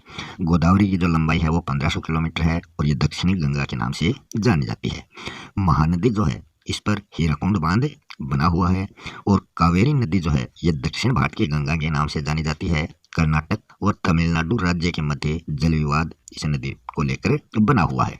तंजावुर में इसको दक्षिण का उद्यान के नाम से जाना जाता है। नर्मदा नदी यह पश्चिम की ओर बहने वाली नदी है और इस पर कपिल धारा जलप्रपात बना हुआ है। अगला क्वेश्चन है, निम्नलिखित विकल्पों में से बॉम्बे हाई क्षेत्र का संबंध किससे है? तो बॉम्बे हाई जो है वो एक खनिज तेल से संबंधित है तो यह पेट्रोलियम ऊर्जा इसका राइट आंसर हो जाएगा। बॉम्बे हाई कहाँ पर है? ये मुंबई में है और डिगबोई असम में भी यह पेट्रोलियम खनिज तेल प्राप्त होता है। परमाणु ऊर्जा ये यूरेनियम थोरियम से निर्मित होती है और झारखंड में इसके भंडार हमें देखने को मिलते हैं। सौर ऊर्जा जो है ये असमाप्य ईंधन माना जाता है और कोयला जो है ये 1774 ईस्वी में रानीगंज जो पश्चिमी बंगाल है वहाँ से कोयले की खान प्राप्त हुई थी। नेवली तमिलनाडु में भी कोयला प्राप्त स्थल खान हमें देखने को मिलती है। अगला क्वेश्चन है, सदाबहार वनस्पति या फिर सदाबहार वन के रूप में किन्हें जाना जाता है? तो एबोनी, रबड़, महोगनी इनको सदाबहार वनस्पति के रूप में जाना जाता है। इनकी ऊंचाई 60 मीटर तक होती है और सुंदरी वृक्ष राइजोफेरा जो है ये गंगा ब्रह्मपुत्र डेल्टा क्षेत्रों में पाए जाते हैं। इनको ज्वारीय वन या दलदली वन भी कहा जाता है। चंदन, रोजवुड, साल ये 100 से 200 सेमी वर्षा वाले भागों में हमें देखने को मिलते हैं और इनको मानसूनी या पतझड़ी वन भी कहा जाता है। यूजेनिया, मिचेलिया और रोडन ड्रोन्स ये पर्वतीय वन है और ये महाराष्ट्र व मध्य प्रदेश में हमें देखने को मिलते हैं। हिमालयी वन के रूप में हमें चेस्टनट, सिल्वर, फर और चीड़ के वृक्ष देखने को मिलते हैं। 62 नंबर क्वेश्चन है, रोपण वाणिज्यिक कृषि के अंतर्गत कौन कौन सी फसलें आती हैं जिनको हम रोपकर उत्पादित करते हैं? तो इसमें चाय, कॉफी, रबड़, गन्ना और केला ये फसलें आती हैं। ये उष्णकटिबंधीय प्रदेश के अंतर्गत इनकी कृषि की जाती है। कपास, तंबाकू, तिलहन, गन्ना ये व्यापारिक फसलें हैं और जूट भी क्या है, एक व्यापारिक फसल है। सरसों, सोयाबीन, मूंगफली ये तिलहनी फसलें हैं। अरंडी, अलसी, तिल, सूरजमुखी ये अन्य तिलहनी फसलें हैं। रेशम, अंगूर, उद्यान रेशम की खेती को सेरिकल्चर कहा जाता है, अंगूर की खेती को विटिकल्चर कहा जाता है और उद्यान की कृषि को हार्टिकल्चर कहा जाता है। मछली उत्पादन को पिसीकल्चर की श्रेणी में रखा जाता है। अगला क्वेश्चन है, भारत में पहला पटसन उद्योग कहाँ पर स्थापित किया गया था? तो ये कोलकाता के रिसरा नामक स्थान पर 1855 में स्थापित किया गया था। 1855 ईस्वी को पश्चिमी बंगाल में प्रथम व सर्वाधिक जूट मिलें स्थापित की गई थी। प्रथम जूट मिल पश्चिमी बंगाल में स्थापित हुई थी और सबसे अधिक जूट मिलें भी यहीं पर है। 1907 ईस्वी को साक्षी झारखंड में जमशेदजी टाटा द्वारा टिस्को की स्थापना की गई थी। ये स्वर्णरेखा व खारकाई नदी के संगम पर स्थित है। 1859 ईस्वी को अहमदाबाद में पहली सूती मिल की स्थापना हुई थी जिसको भारत का मैनचेस्टर भी कहा जाता है। जूट जो है उसको सोने का रेशा भी कहा जाता है। 64 नंबर क्वेश्चन में पूछा गया है कि भारतीय खाद्य सुरक्षा अधिनियम 2013 के अंतर्गत कौन सा लक्ष्य रखा गया था? तो इसमें राइट ऑप्शन हो जाएगा ऑप्शन ए, 75% ग्रामीण और 50% शहरी जनसंख्या को सस्ती दर पर पोषण की सुविधा देना है। ऑप्शन बी और सी जो है, इसमें बी में कैलोरी और सी में प्रतिमाह और रुपये, तो ये इनसे कम प्राप्त करने वाला व्यक्ति निर्धनता की श्रेणी में रखा जाता है। काम के बदले अनाज कार्यक्रम 2004 से शुरू किया गया था। अगला क्वेश्चन है, भारत सरकार अधिनियम 1935 से संबंधित विकल्प इनमें से कौन सा नहीं है? तो ऑप्शन ए जो है, प्रांतों में आंशिक उत्तरदायी शासन, ये 1935 के अधिनियम से संबंधित नहीं है, ये 1919 के अधिनियम से संबंधित है। इसमें प्रांतीय स्वायत्तता का गठन किया गया था। इसमें एक तो धारा सभा और एक राज्यसभा का भी गठन किया गया था। धारा सभा, राज्यसभा ये 1935 के भारतीय शासन अधिनियम के अंतर्गत स्थापित की गई थी, द्विसदनीय संघीय व्यवस्थापिका। और ये बी और सी वाले जो हैं ये भी 1935 के भारत शासन अधिनियम की विशेषताएं हैं। जवाहरलाल नेहरू ने 1935 के अधिनियम को दास्ता का घोषणा पत्र कहा था। अगला क्वेश्चन है, संविधान सभा की विधि या फिर संवैधानिक सलाहकार के रूप में कौन जाने जाते थे? तो वो जाने जाते थे BN राव। ऑप्शन डी इसका राइट हो जाएगा। डॉक्टर SN सिन्हा जो थे वो संविधान सभा के प्रथम अस्थायी अध्यक्ष थे जो 9 दिसंबर 1946 को बने थे। डॉक्टर भीमराव अंबेडकर जो है ये प्रारूप समिति के अध्यक्ष थे और प्रारूप समिति का गठन 29 अगस्त 1947 को किया गया था। HC मुखर्जी जो है वो संविधान सभा के प्रथम उपाध्यक्ष थे। इनको संविधान का योजनाकार भी कहा जाता है। संविधान सभा के पहले स्थायी अध्यक्ष कौन बने थे? डॉक्टर राजेंद्र प्रसाद, 11 दिसंबर 1946 को। अगला क्वेश्चन है, भारतीय संविधान सभा द्वारा संविधान संशोधन की प्रक्रिया कहाँ से ली गई है? तो यह दक्षिण अफ्रीका से ली गई है और ये अनुच्छेद 368 में वर्णित है। अमेरिका से मूल अधिकार और न्यायिक पुनरावलोकन की प्रक्रिया ली गई है। आयरलैंड से नीति निर्देशक तत्व और राष्ट्रपति निर्वाचन की विधि ली गई है। रूस से मौलिक कर्तव्य ग्रहण किए गए हैं।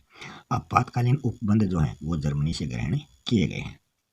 अगला क्वेश्चन है, भारत में एक लोक कल्याणकारी राज्य की स्थापना करना ये किसका उद्देश्य है?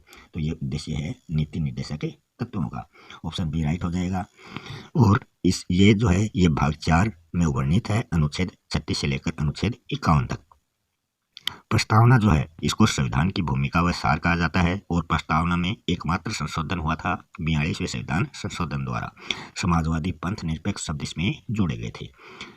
एक गहरी नागरिकता भारत को की प्रमुख विशेषता है कि भारतीय नागरिकों को गहरी नागरिकता प्रदान की गई है। संघात्मक शासन व्यवस्था का मतलब है भारत जो है वो राज्यों का एक संघ है। अगला क्वेश्चन है 86वें संविधान संशोधन 2002 के द्वारा अनिवार्य व निःशुल्क अधिकार जोड़ा गया था 6 से 14 वर्ष तक के बच्चों के लिए। तो ये एक स्वतंत्रता के अधिकार में ये जोड़ा गया था। ये जोड़ा गया था अनुच्छेद 21A के अंतर्गत। स्वतंत्रता का अधिकार जो है वो अनुच्छेद 19 से लेकर अनुच्छेद 22 तक इसका वर्णन है। समानता के अधिकार में अनुच्छेद 14 से लेकर अनुच्छेद 18 तक आते हैं। संवैधानिक उपचारों का अधिकार को संविधान की आत्मा या हृदय कहा जाता है और यह अनुच्छेद 32 में वर्णित है। संस्कृति व शिक्षा संबंधी अधिकार जो है ये अनुच्छेद 29 व 30 में वर्णित है। भाग 3 में 7 मौलिक अधिकार प्रदान किए गए थे। संपत्ति का अधिकार जो है 7वां मौलिक अधिकार, उसको कानूनी अधिकार बना देने के बाद मूल अधिकार 6 ही शेष रहे हैं और ये संपत्ति का अधिकार अनुच्छेद 31 में वर्णित था। अगला क्वेश्चन है 42वें संविधान संशोधन 1976 के तहत मूल कर्तव्यों की संख्या कितनी थी? तो इसमें 10 थी मूल कर्तव्यों की संख्या। मूल कर्तव्य जो थे वो संविधान का भाग नहीं थे, ये 42वें संशोधन के द्वारा जोड़े गए थे। और भाग 4 क में इनका वर्णन हमें देखने को मिलता है और वर्तमान में इनकी संख्या 11 है। इनमें निःशुल्क अनिवार्य शिक्षा वाला जोड़ दिया तो इनकी संख्या वर्तमान में 11 हो गई। 51A अनुच्छेद 51 क में इनका वर्णन किया गया है। अगला क्वेश्चन है नीति निर्देशक तत्वों से संबंधित सत्य कथन इनमें से कौन सा नहीं है? तो इसमें ये वाद योग्य नहीं है बल्कि ये अवाद योग्य है, यही इससे संबंधित असत्य कथन है। इनको लागू करवाने के लिए ये बाध्यकारी नहीं है, मतलब ये अवाद योग्य है। अनुच्छेद 45 में 14 वर्ष तक के बच्चों के लिए निःशुल्क शिक्षा का प्रावधान दिया गया है। अगला क्वेश्चन है गठबंधन के नेता के रूप में सर्वप्रथम प्रधानमंत्री कौन बने थे? तो वो बने थे चौधरी चरण सिंह। ऑप्शन 20 का राइट हो जाएगा। 1979 को मोरारजी देसाई की जनता पार्टी सरकार के पतन के बाद में इनको गठबंधन के नेता के रूप में ग्रहण किया गया था। गुलजारी लाल नंदा जो हैं वो 1964 से 1966 तक 2 बार कार्यवाहक प्रधानमंत्री बने थे। इंदिरा गांधी जो है वो 1966 में भारत देश की प्रथम महिला प्रधानमंत्री बनी थी और 1966 से 77 तक लगातार प्रधानमंत्री पद पर रही और उसके बाद में 1980 से 1984 तक उनके देहांत के समय तक वो प्रधानमंत्री के पद पर रही थी। राजीव गांधी जो हैं ये प्रधानमंत्री बने थे इंदिरा गांधी की मृत्यु के बाद। ज्ञानी जेल सिंह द्वारा सविवेक से प्रधानमंत्री बनने वाले पहले व्यक्ति राजीव गांधी थे। 1984 से 1989 तक ये प्रधानमंत्री के पद पर रहे थे। अनुच्छेद 75(1) के द्वारा राष्ट्रपति द्वारा प्रधानमंत्री की नियुक्ति की जाती है और अनुच्छेद 78 जो है ये राष्ट्रपति और सरकार के बीच में संवाद कड़ी के रूप में प्रधानमंत्री कार्य करता है। तो प्रधानमंत्री कड़ी के रूप में सरकार और राष्ट्रपति के मध्य कार्य करेगा। अगला क्वेश्चन है राष्ट्रपति चुनाव में 17वें संविधान संशोधन 1992 के तहत किसे शामिल किया गया था? वो 17वें संशोधन 1992 से पहले वो शामिल नहीं थे। तो इसमें ऑप्शन सी जो है संघीय क्षेत्रों की विधानसभाओं के निर्वाचित सदस्यों को शामिल किया गया था। मनोनीत सदस्य तो राष्ट्रीय चुनाव में भाग नहीं लेते। संसद के दोनों सदन कौन कौन से होते हैं? लोकसभा और राज्यसभा। अनुच्छेद 54 में राष्ट्रपति के निर्वाचन का वर्णन है और अनुच्छेद 55 में अप्रत्यक्ष एकल संक्रमणीय आनुपातिक मत पद्धति द्वारा राष्ट्रपति का चुनाव किया जाता है। अगला क्वेश्चन है राष्ट्रीय दल व संस्थापकों से संबंधित असंगत युग्म का चयन करें। वर्तमान में 6 राष्ट्रीय दल कार्यरत हैं। भारतीय जनसंघ जो बाद में भारतीय जनता पार्टी के नाम से स्थापित हुआ था, इसके संस्थापक श्यामा प्रसाद मुखर्जी हैं। 1951 में तो यह भारतीय जनसंघ था और 1980 में यह भारतीय जनता पार्टी के रूप में उभरा है। इसका चुनाव चिन्ह कमल का फूल है। भारतीय राष्ट्रीय कांग्रेस 1885 में इसकी स्थापना हुई थी। A.O. ह्यूम इसके प्रथम संस्थापक माने जाते हैं। बहुजन समाजवादी पार्टी 1984 में गठित की गई थी। इसका चुनाव चिन्ह हाथी था। ये मायावती गलत है, ये कांशीराम इसके संस्थापक थे। ऑप्शन सी इसका राइट हो जाएगा। नेशनल कांग्रेस पार्टी का गठन 1999 में, चुनाव चिन्ह घड़ी और शरद पवार इसके संस्थापक माने जाते हैं। ऑल इंडिया तृणमूल कांग्रेस 1998 में स्थापित हुई थी। 2016 में ये राष्ट्रीय पार्टी बनी थी, वर्तमान में नहीं है। और ममता बनर्जी इनकी संस्थापक मानी जाती है। भारतीय कम्युनिस्ट पार्टी का गठन 1925 में हुआ था। मार्क्सवादी कम्युनिस्ट पार्टी का गठन 1964 में भारतीय कम्युनिस्ट पार्टी भाकपा से अलग होकर ये बनी थी। अगला क्वेश्चन है, गुटनिरपेक्ष शब्द का सबसे पहले प्रयोग किसने किया था? तो सबसे पहले ये 1947 में इस शब्द का प्रयोग हमें देखने को मिलता है, मगर किसने किया? वी.के. कृष्ण मेनन ने। जवाहरलाल नेहरू ने गुटनिरपेक्षता की जो नीति है उसके वो जनक माने जाते हैं। अब्दुल नासिर जो हैं ये क्या है? ये बांडुंग सम्मेलन हुआ था इंडोनेशिया में 1955 में। इसमें बुनियाद की संकल्पना दी थी जवाहरलाल नेहरू जो भारत के प्रधानमंत्री थे, अब्दुल नासिर जो मिस्र के राष्ट्रपति थे, मार्शल टिटो जो यूगोस्लाविया के राष्ट्रपति थे। इन तीनों ने मिलकर बांडुंग सम्मेलन में भाग लिया और गुटनिरपेक्षता की बुनियाद की संकल्पना दी थी। NAM की स्थापना 1961 में हुई थी।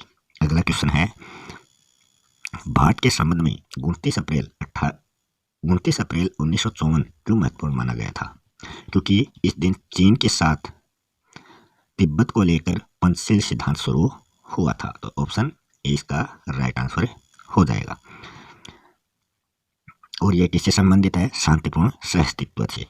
गुजराल सिद्धांत जो है ये सहयोगात्मक क्षेत्रवाद से संबंधित है और आसियान क्षेत्रीय फोरम का सदस्य बनना, तो ये 1995 ईस्ट पॉलिसी के तहत ये विशेषता लागू की गई थी। मिस्र के स्वेज नहर संकट का विरोध भारत ने किया था 1956 को ब्रिटेन व फ्रांस युद्ध के समय। अगला क्वेश्चन है, पिछड़े देशों के निवासियों के हितों की सुरक्षा के लिए यूएनओ ने किसका गठन किया था? तो ये किया था प्रन्यास परिषद का। ऑप्शन डी राइट हो जाएगा। ऑप्शन ए जो है महासभा, इसमें सदस्य देशों का प्रवेश इसके द्वारा करवाया जाता है और उनको निष्कासित भी महासभा के द्वारा करवाया जाता है। इसमें 8 सदस्य होते हैं, 1 अध्यक्ष और 7 उपाध्यक्ष।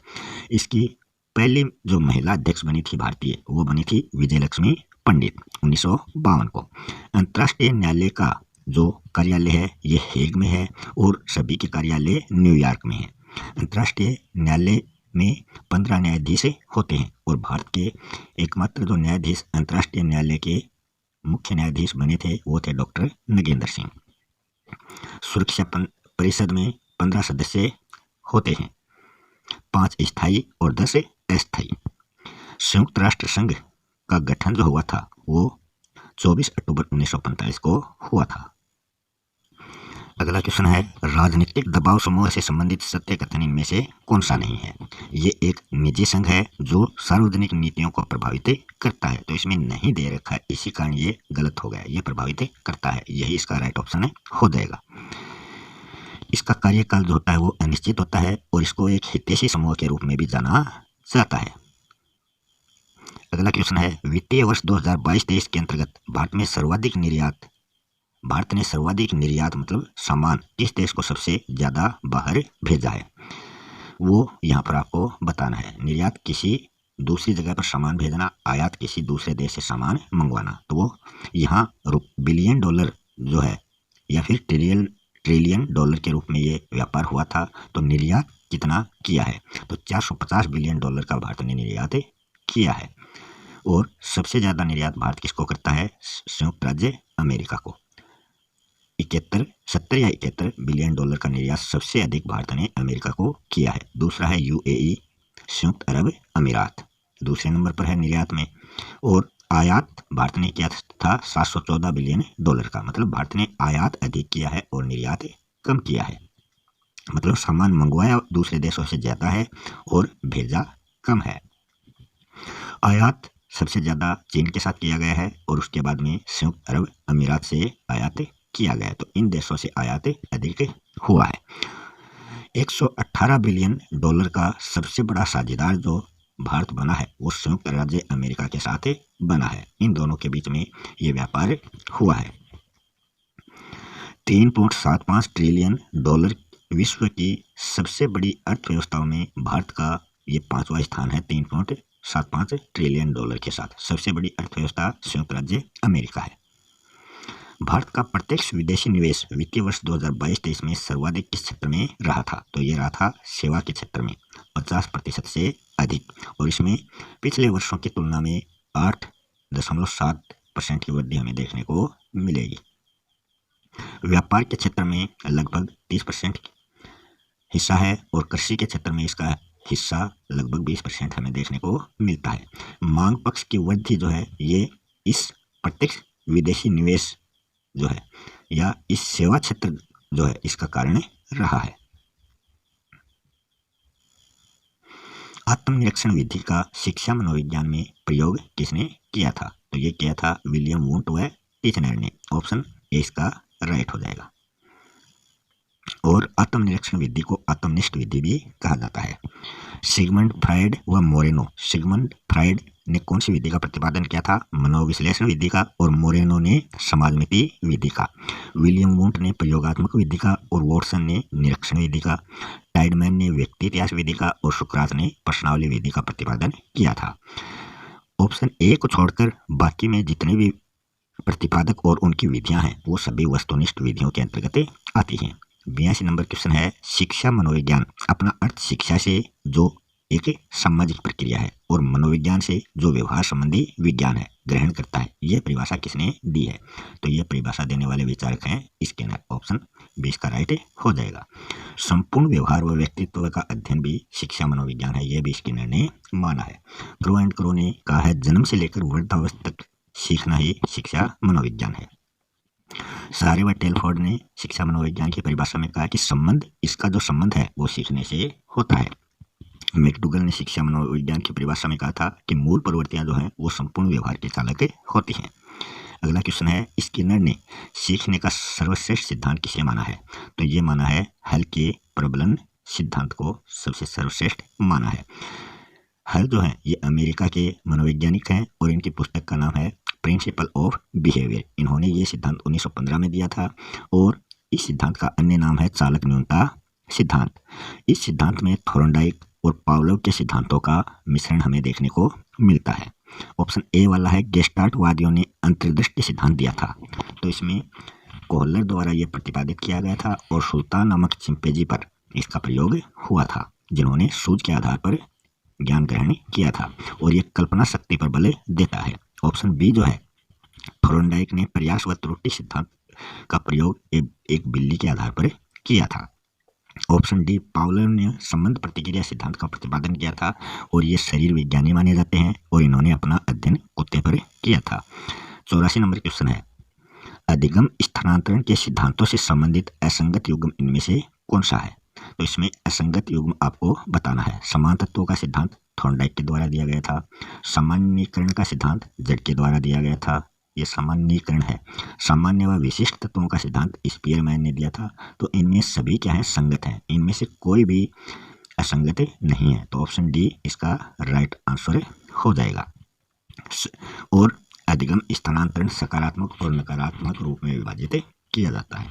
सकारात्मक में जैसे कोई स्कूटर चलाने वाला है वो बाइक चलाना आसानी से सीख जाता है, और नकारात्मक में पहले किए जाने वाले प्रभाव का दूसरे किए जाने वाली विधि पर कम प्रभाव पड़ता है, कि पहली विधि का प्रभाव दूसरी विधि पर कम दिखाई देता है या न के बराबर होता है, वो नकारात्मक होता है, और उसमें वो सहायता मिलती है तो वो सकारात्मक हो जाएगा। अगला क्वेश्चन है, वुडवर्थ महोदय ने सीखने का सही अर्थ क्या माना है? नवीन ज्ञान व नवीन प्रतिक्रियाओं को प्राप्त करने की प्रक्रिया या फिर विकास की प्रक्रिया को ही सीखना कहा है। तो ऑप्शन सी इसका राइट आंसर हो जाएगा।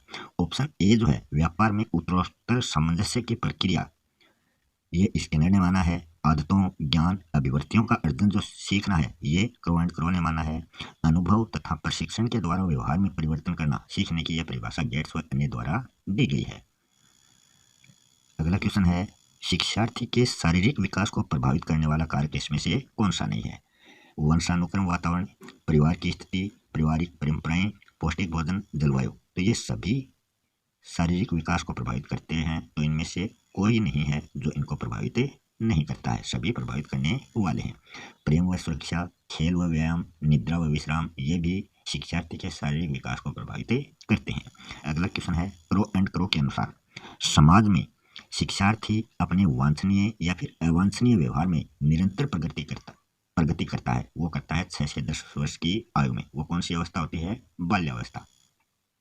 जन्म के समय बालक न तो सामाजिक होता है और न असामाजिक, ये क्रो एंड क्रो ने माना है। 3 वर्ष की अवस्था में बालक जो है वो अन्य बालकों के साथ खेलने लगता है, तो उसका ये पहला सामाजिक संबंध स्थापित हो जाता है। किशोरावस्था में क्या होता है, सामाजिक संबंधों में हमें परिवर्तन देखने को मिलता है। अगला क्वेश्चन है, किशोरावस्था के आगमन का मुख्य चिन्ह जो है वो संवेगात्मक विकास में बहुत तेजी से परिवर्तन को माना है। तो ये किसने माना है, ये माना है कोल व ब्रूस ने। ऑप्शन ए इसका राइट आंसर हो जाएगा। क्रो एंड क्रो ने क्या कहा है कि बाल्यावस्था में संवेगों की अभिव्यक्ति में निरंतर परिवर्तनशील होता है। स्पिट्ज ने कहा है कि जन्म के समय बालक में किसी प्रकार का कोई संवेग नहीं होता है। ब्रिजेश ने कहा कि जन्म के समय बालक में केवल उत्तेजना नामक संवेग पाया जाता है और 2 वर्ष तक की आयु तक उसमें सभी संवेग विद्यमान हो जाते हैं। अगला क्वेश्चन है, निम्नलिखित विकल्पों में से व्यक्तित्व मापन की प्रक्षेपण विधि में से कौन सी नहीं है। प्रक्षेपण विधि की बात हो रही है, तो गोल्टन रेटिंग स्केल जो है ये एक वस्तुनिष्ठ विधि है, बाकी सभी प्रक्षेपण विधि हैं। गोल्टन रेटिंग स्केल विधि 1883 में प्रतिपादित की गई थी। रोसा शाही धब्बा परीक्षण जो है ये हरमन रोसा द्वारा प्रतिपादित किया गया था। इसमें 10 कार्ड होते हैं, 5 काले कार्ड, 2 काले और लाल कार्ड और 3 अन्य रंगों के कार्ड, और ये 1921 में इसका परीक्षण किया गया था। बेलक का बाल अंतर्बोध परीक्षण जो है इसमें कार्डों की संख्या 10 थी और सभी कार्ड पशुओं के थे। इसका प्रतिपादन 1948 में किया गया था। मॉर्गन व मूरे ने प्रासंगिक अंतर्बोध परीक्षण का प्रतिपादन 1935 में किया था और इसमें 31 कार्ड थे, 10 पुरुषों के कार्ड, 10 महिलाओं के कार्ड और 10 पुरुष और महिलाओं दोनों के मेल के कार्ड और एक खाली कार्ड था। 90 नंबर क्वेश्चन है, एक हकलाने वाला व्यक्ति अपने मुंह में पान रखकर बोलने का प्रयास करता है जिससे उसका शारीरिक दोष जो है वो छिप जाता है। इसके लिए तनाव की प्रत्यक्ष विधि कौन सी है, तो उसने कौन सी प्रत्यक्ष विधि का प्रयोग इसके अंतर्गत किया है, तो उन्होंने अपने हकलाने की इस आदत को छिपाया है। तो उन्होंने इस पर अपनी जो हकलाने की बाधा थी उसका विनाश उसने पान को मुंह में रखकर कर दिया, ताकि किसी को पता नहीं चले कि वो बालक हकला रहा है या वो व्यक्ति हकला रहा है। तो उसने बाधा का विनाश कर लिया पान खाकर। अन्य उपाय की खोज, ये सभी क्या हैं, प्रत्यक्ष विधि के उपाय हैं। तनाव के प्रत्यक्ष विधि के 4 उपाय यहाँ दिए गए हैं। अन्य उपाय की खोज में क्या होता है, पेड़ पर फल अधिक ऊंचाई पर होने के कारण बालक उसे तोड़ नहीं पाता, तो वो डंडे की सहायता से उसको तोड़ता है, तो उसने वो अन्य उपाय खोज लिया। लक्ष्य का प्रतिस्थापन में क्या होता है कि क्रिकेट का मैच जो है वो बाहर खेला जाता है और बाहर क्या हो रही है, वर्षा हो रही है, तो उस खेल के स्थान पर कमरे के अंदर बैठकर कोई खेल खेलना, जैसे ताश खेलना, तो इसमें लक्ष्य का प्रतिस्थापन हो गया। उसका जो लक्ष्य था उसको उसने दूसरी जगह स्थापित कर दिया। विरोधी तत्वों में से व्याख्या के निर्णय लेना, मतलब इसमें एक नवयुवती है जो नौकरी भी करना चाहती है और अपने पति के साथ बाहर विदेश में भी घूमना चाहती है, तो उसमें वो एक का ही चयन कर सकती है। अगला क्वेश्चन है, निम्नलिखित में से कुसमायोजित बालक की कौन सी विशेषता नहीं है। कुसमायोजित बालक की आक्रामक व्यवहार, विद्यालय से भाग जाना, चोरी करना और झूठ बोलना। तो ये सभी क्या है, चोरी करना और झूठ बोलना, विद्यालय से भाग जाना, आक्रामक व्यवहार, ये सभी क्या है, ये सभी जो हैं ये कुसमायोजित बालक की विशेषताएं हैं। मगर परिस्थितियों के अनुकूल आचरण करना ये समायोजित बालक की विशेषता है। कुसमायोजित बालक जो है वो परिस्थिति के अनुकूल आचरण नहीं। अगला क्वेश्चन है, डियरबर्न महोदय ने बुद्धि को क्या माना है, तो ये उन्होंने बुद्धि को माना है अनुभवों से लाभ उठाने की योग्यता। ऑप्शन बी इसका राइट आंसर हो जाएगा। सीखने या ज्ञानार्जन की योग्यता बुद्धि को किसने माना है, वुडवर्थ ने माना है। समस्या समाधान करने की योग्यता बुद्धि को किसने माना है, रायबर्न ने माना है। और वातावरण से सामंजस्य की योग्यता कोलविन ने माना है। अगला क्वेश्चन है, बुद्धि के 3 फैक्टर सिद्धांत के प्रतिपादक कौन है, तो वो स्पीयरमैन माने जाते हैं। 2 फैक्टर सिद्धांत के प्रतिपादक भी स्पीयरमैन हैं।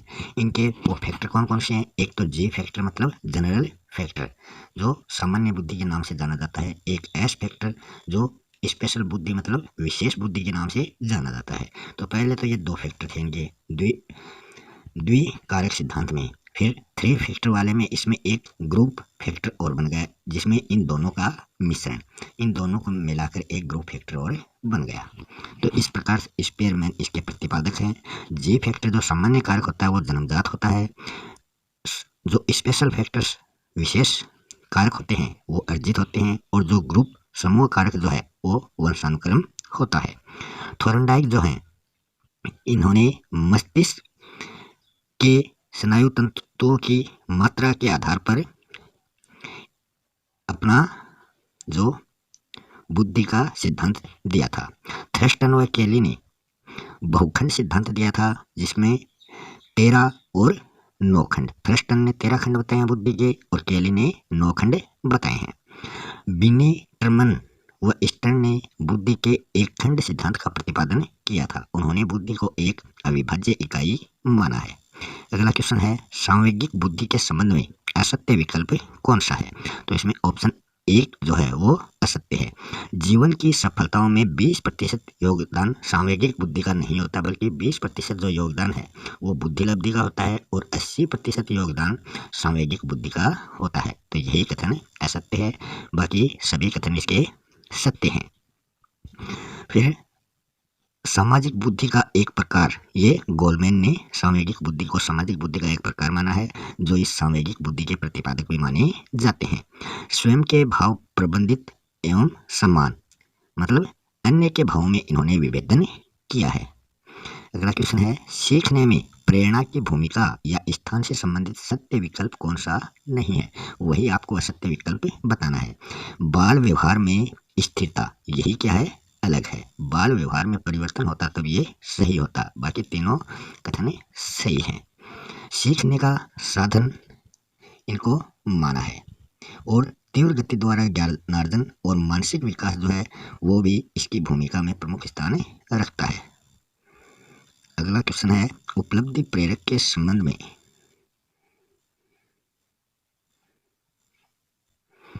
अनुचित कथन का चयन करना है कि इनमें से अनुचित कथन कौन सा है। ऑप्शन ए ही इसका अनुचित कथन है। यह श्रेष्ठता के साथ एक खास स्तर के समाधान पर बल नहीं देता, बल्कि उसकी खोज पर बल देता है। तो ये समाधान वाला गलत है, वो खोज या प्राप्त करने पर बल देता है। बाकी तीनों कथन इसके सत्य हैं।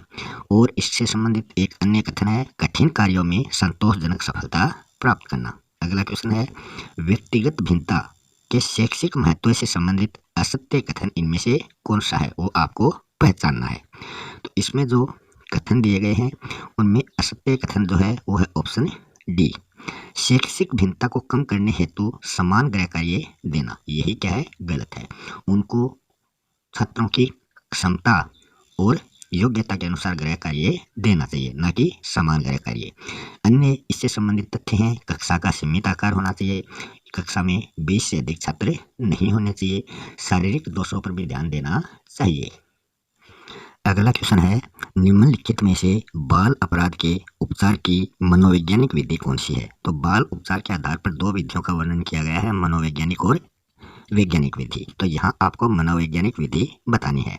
तो इसमें ऑप्शन ए जो मनो अभिनय विधि है ये मनोवैज्ञानिक विधि है, बाकी जो तीनों विधियां हैं वो वैज्ञानिक हैं। वैज्ञानिक विधियों में और कौन कौन सी हैं? प्रशिक्षण, किशोर सुधार गृह, किशोर न्यायालय।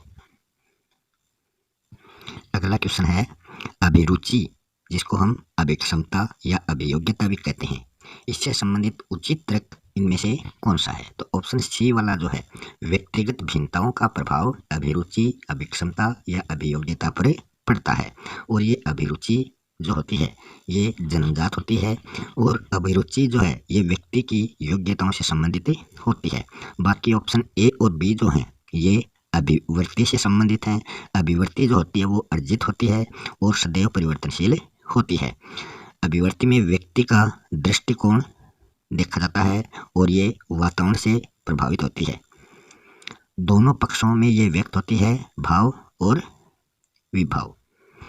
इसका संबंध व्यक्ति के भाव और संवेगों से होता है। ऑप्शन डी जो है स्वयं का प्रत्यक्षीकरण, मूल्यांकन व रक्षा, ये आत्म प्रत्यय के पहलू माने जाते हैं। अंतिम क्वेश्चन है निम्नलिखित में से रुचि से संबंधित मूल प्रवृत्ति कौन सी है? तो यहाँ रुचि से संबंधित जो मूल प्रवृत्ति है वो आपको बतानी है। तो रुचि की 2 प्रवृत्तियां होती हैं, तो उसमें मूल प्रवृत्ति जो है वो है खेलना। खेलना जो है वो रुचि की मूल प्रवृत्ति है और उपन्यास पढ़ना ये भाव संवेदना होती है। मूल प्रवृत्ति जन्मजात होती है, जबकि जो भाव संवेदना जो है ये अर्जित प्रवृत्ति होती है। पैन चबाना ये नाड़ी मंडल संबंधी आदत होती है और नाखून चबाना भी नाड़ी मंडल संबंधी आदत है। तो नीचे वाली दोनों सी और डी ऑप्शन वाली आदतें हैं और ऊपर दोनों वाली रुचियां हैं। कमीज के बटन बंद करना ये यांत्रिक आदत है और यांत्रिक आदत क्या है? जूतों के फीते बांधना। रुचि के 3 पहलू माने जाते हैं। ज्ञानात्मक मतलब जानना, भावात्मक मतलब अनुभव करना और क्रियात्मक मतलब इच्छा। तो ये 3 रुचि के प्रमुख पहलू माने जाते हैं। इसी के साथ ये मॉडल पेपर यहीं समाप्त होता है। मिलते हैं नेक्स्ट वीडियो में एक नए टॉपिक के साथ। तब तक के लिए धन्यवाद।